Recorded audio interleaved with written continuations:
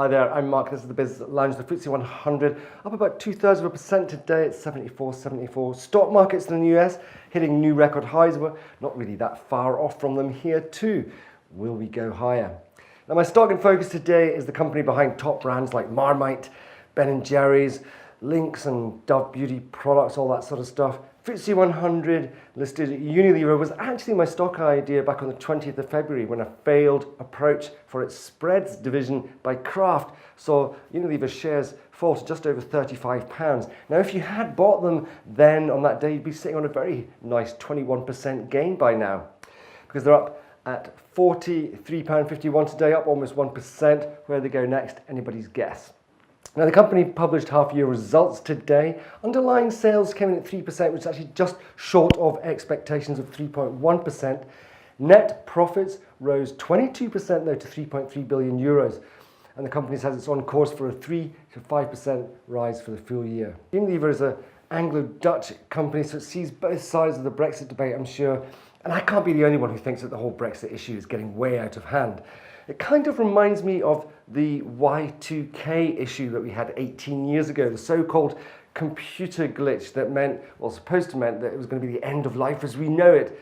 Planes were going to fall out of the sky, power grids would collapse. Well, we're still here, and it never really happened.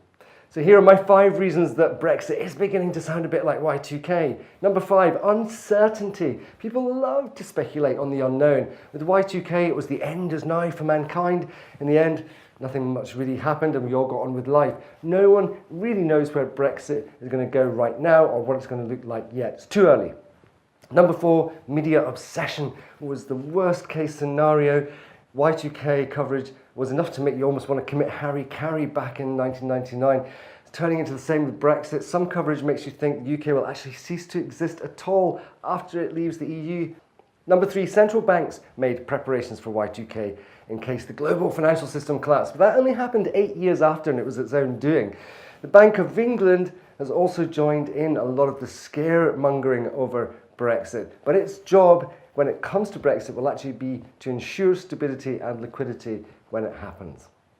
And number 2, Y2K caused billions to be spent to fix a technological problem. It looks like billions could also be wasted by companies intending to relocate their offices when they don't even know what the outcome of the Brexit negotiations are.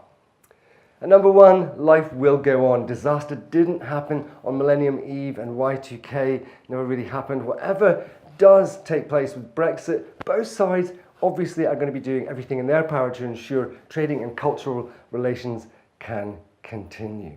So let's stop all the hype until we get some real facts. And with that, I'm off for a long lie down for the weekend. I'll see you next Monday. Please do share those, subscribe, and follow me in the meantime on Twitter.